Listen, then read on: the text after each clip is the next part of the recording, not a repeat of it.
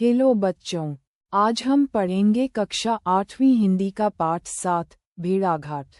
इस वीडियो में हम इस पाठ के सभी महत्वपूर्ण प्रश्न उत्तर, शब्दार्थ, संक्षिप्त उत्तर, विस्तृत उत्तर, सही विकल्प और पंक्तियों का आशय आसान भाषा में समझेंगे। आप वीडियो को अंत तक जरूर देखिए, क्योंकि आज हम इस पाठ के सभी महत्वपूर्ण प्रश्नों को एक साथ पढ़ने वाले हैं।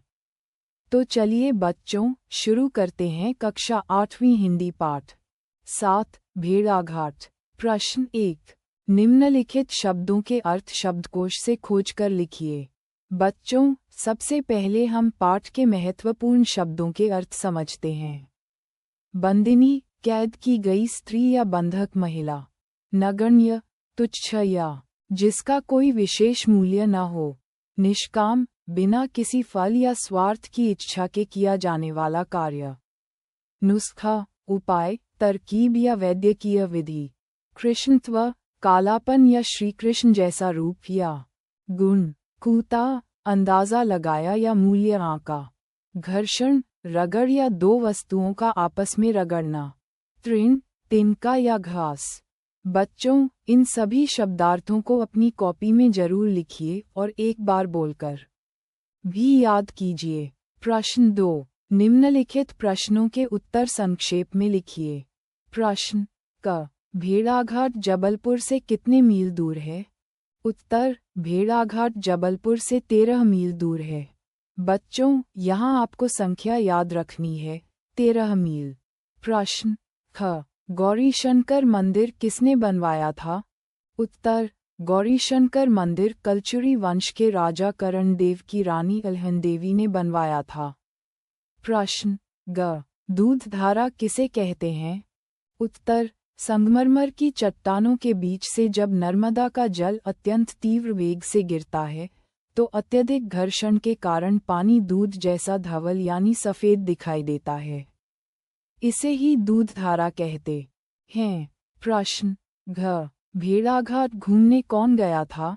उत्तर, भेड़ाघाट घूमने इस पाठ के लेखक माखनलाल चतुर्वेदी गए थे। प्रश्न ग। भेड़ाघाट पर नर्मदा के दोनों ओर की चट्टानें किस पत्थर की बनी हैं?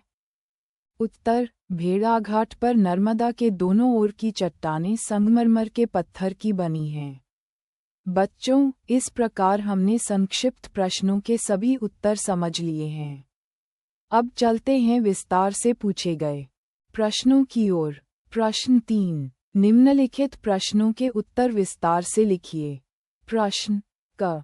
नर्मदा नदी के प्राकृतिक सौंदर्य का वर्णन अपने शब्दों में कीजिए।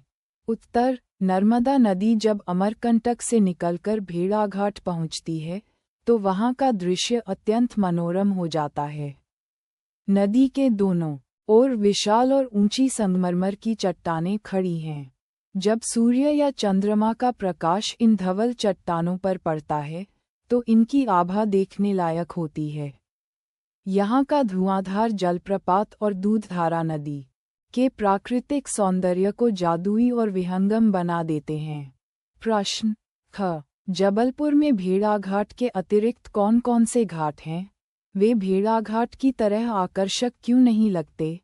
उत्तर, जबलपुर में भेड़ाघाट के अतिरिक्त ग्वारी घाट, तिलवारा घाट, जिलेहरी घाट और लमेटा घाट जैसे प्रमुख घाट हैं।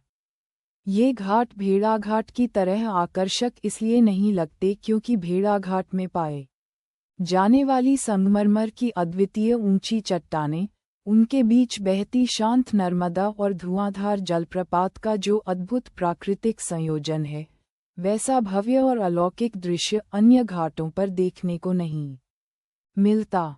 प्रश्न ग। लेखक द्वारा की गई भेड़ाघाट यात्रा का वर्णन कम से कम 100 शब्दों में कीजिए। उत्तर, लेखक माखनलाल चतुर्वेदी जी ने भेड़ाघाट की अपनी यात्रा का अत्यंत जीवंत वर्णन किया है। लेखक जबलपुर से 13 मील दूर भेड़ाघाट पहुँचे। उन्होंने वहां संगमरमर की ऊंची, धवल चट्टानों के बीच बहती नर्मदा नदी को देखा। लेखक ने भोर, दोपहर और चांदनी रात में इन चट्टानों के बदलते रंगों का अद्भुत अनुभव किया। उन्होंने धुआंधार प्रपात को देखा, जहां पानी गिरने पर चारों ओर कोहरे जैसा धुआं छा जाता है। इसके बाद उन्होंने दूध धारा देखी, जहां तेज बहाव के कारण पानी दूध जैसा सफ़ेद दिखाई देता है।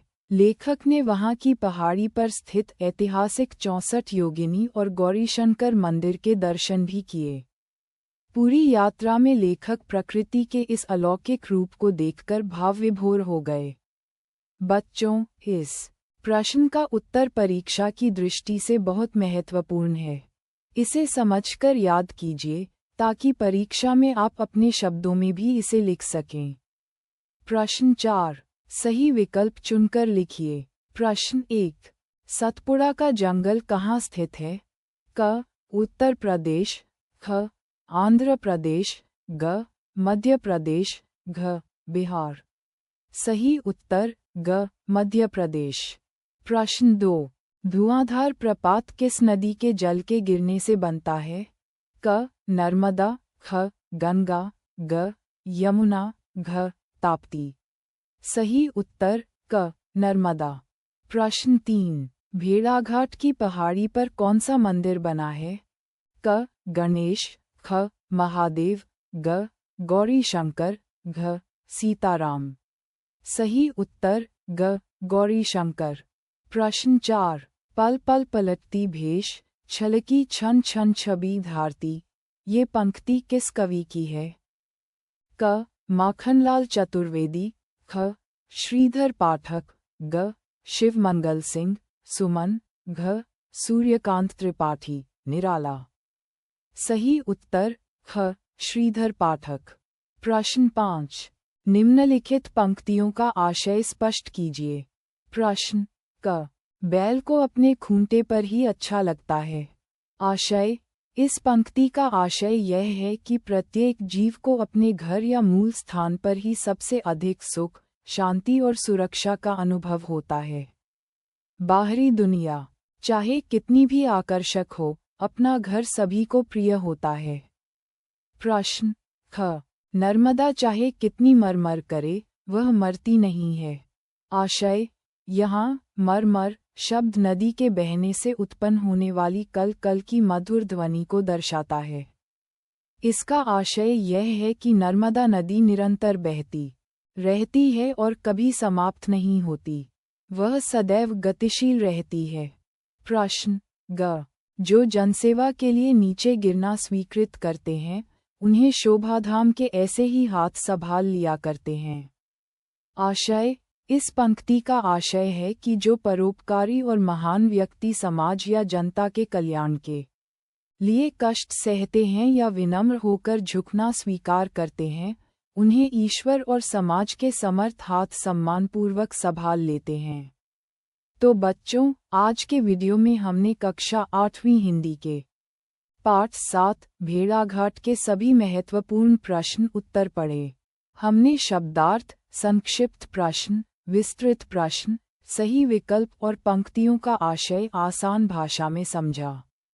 आप इन सभी प्रश्न उत्तर को अपनी कॉपी में जरूर लिखिए और परीक्षा की तैयारी के लिए इन्हें दोहराते रहिए। अगर आपको यह वीडियो पसंद आया हो तो लाइक करें, अपने दोस्तों के साथ शेयर करें और ऐसे ही पढ़ाई से जुड़ें। महत्वपूर्ण वीडियो देखने के लिए चैनल को सब्सक्राइब जरूर करें। धन्यवाद बच्चों, पढ़ते रहिए, मेहनत करते रहिए और अपनी परीक्षा की तैयारी अच्छे से करते रहिए।